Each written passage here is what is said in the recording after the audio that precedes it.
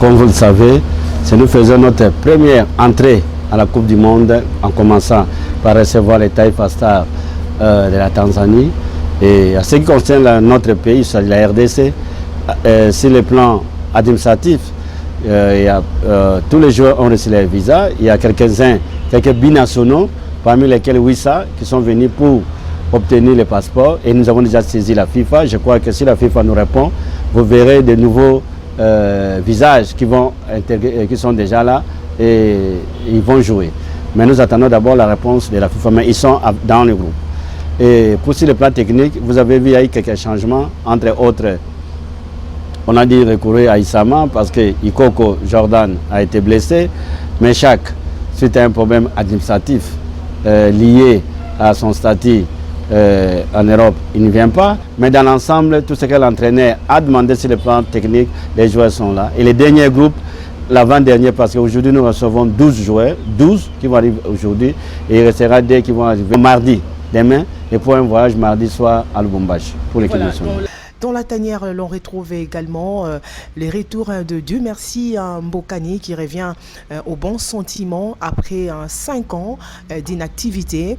Motif de satisfaction également pour la Fédération congolaise de football association. Mbokani, c'est quand même un grand nom en ce qui concerne le football congolais et il a accepté de revenir à l'équipe nationale pour venir secourir et sa présence est une motivation pour ces jeunes qui sont entrés à l'équipe nationale et nous osons croire qu'il pèsera de toute son expérience pour que le Congo puisse aller de l'avant. Et surtout, nous avons besoin de faire une bonne entrée ce jeudi, le 2 septembre. La Fédération congolaise de football association a clairement affiché son ambition, celle de remettre la RDC au mondial Qatar 2022. Mais est-ce que vous y croyez toujours?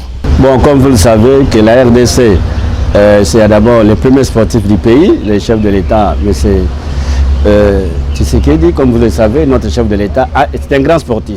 Et vous avez vu, nous regrettons parce qu'à Lubumbashi ne sera pas avec nous, mais tous les matchs qui se jouent à Kinshasa ici, il a toujours été présent pour motiver.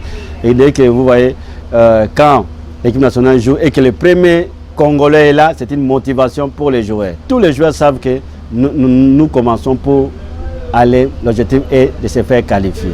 D'où l'entrée de ce jeudi doit être une victoire pour se rassurer et continuer la route. L'ambition était de se faire qualifier, les moyens doivent suivre. Ouais. Et s'il ne s'agit pas de petits moyens, parce qu'il s'agit de la Coupe du Monde.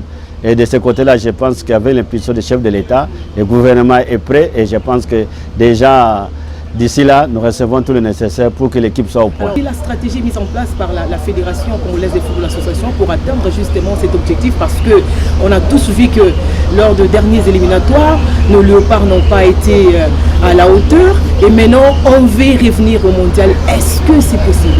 Bon, la stratégie a commencé d'abord par le changement de staff. On a un nouveau staff et tout ce que le staff demande, nous mettons cela à sa disposition.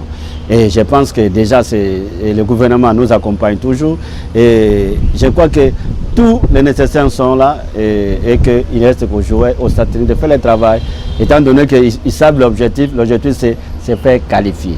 Et souvent, nous ratons plusieurs qualifications suite à notre entrée. Et cette fois-ci, nous voulons dès l'entrée de ce jeudi que tout le monde soit content et le reste là, on verra comment aller limiter les dégâts à Cotonou. Bon, sur le plan financier, je ne dirais pas tout est OK, mais je sais que d'ici là, tout sera débloqué et qu'il n'y aura aucun souci pour les joueurs avec les primes.